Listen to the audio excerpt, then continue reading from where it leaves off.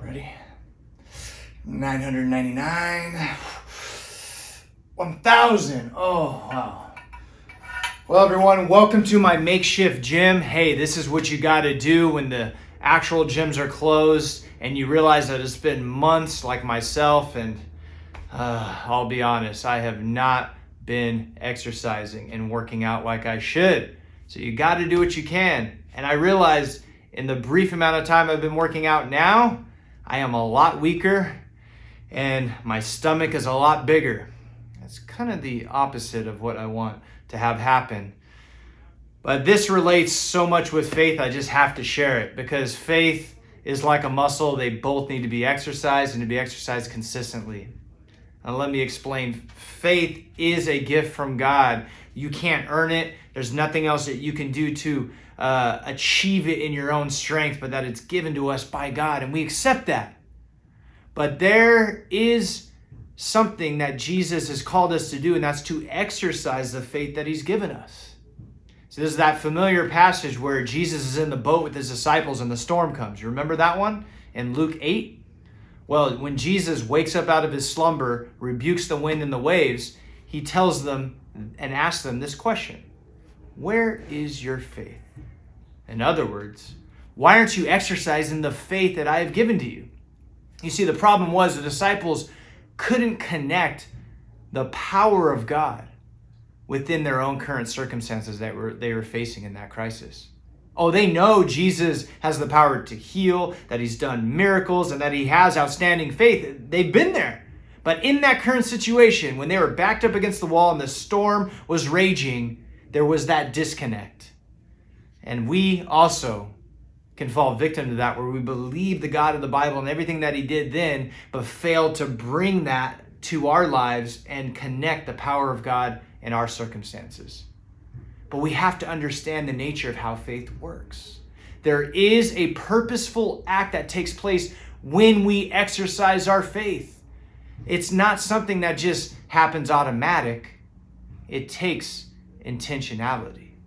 Let me explain that. If there was this automatic connection that all of a sudden, since I have this gift of faith that it's just supposed to kick in when a crisis comes, we would have seen that happen with disciples. They would have rose to the occasion.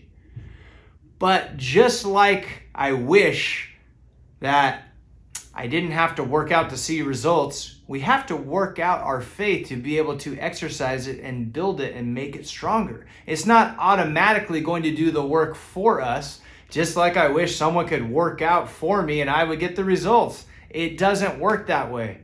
Faith is not automatic. Jesus proves by asking that question, it's manual, that you put it into operation, that when that happens, the world will see that you are different because you can handle situations differently than other people. And so what is the remedy if you feel that your faith has atrophied? Well, much like my muscles, the remedy is the same.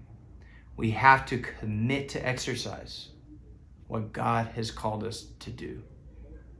Some of us have been splashing around the shallows of faith, and God's been inviting us to the deep end, saying, I have this God-sized dream and challenge for you that I want you to embrace, that you can step out of your comfort zone, that I want to give you something that's greater than what you could ever think or imagine.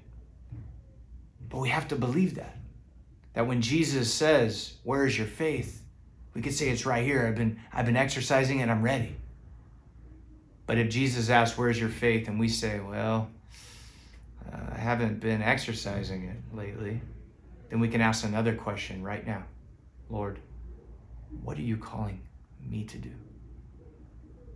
What are you showing me? Maybe it's committing to a Bible reading plan to build up your muscles of knowing the Word. Could be having a prayer partner every week so that you can be heavenly minded and lift up your requests of the Lord. Could be a specific act.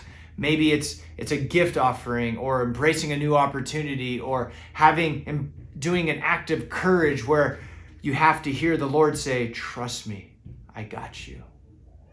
Whatever it is, Christ is calling us out into the depths and not to play in the shallow anymore. He invites us to work out our salvation with fear and trembling, and that even if our muscles look weak or as scripture would say, that it's just the size of a mustard seed, that's all we need to begin committing to exercising consistently with intentionality.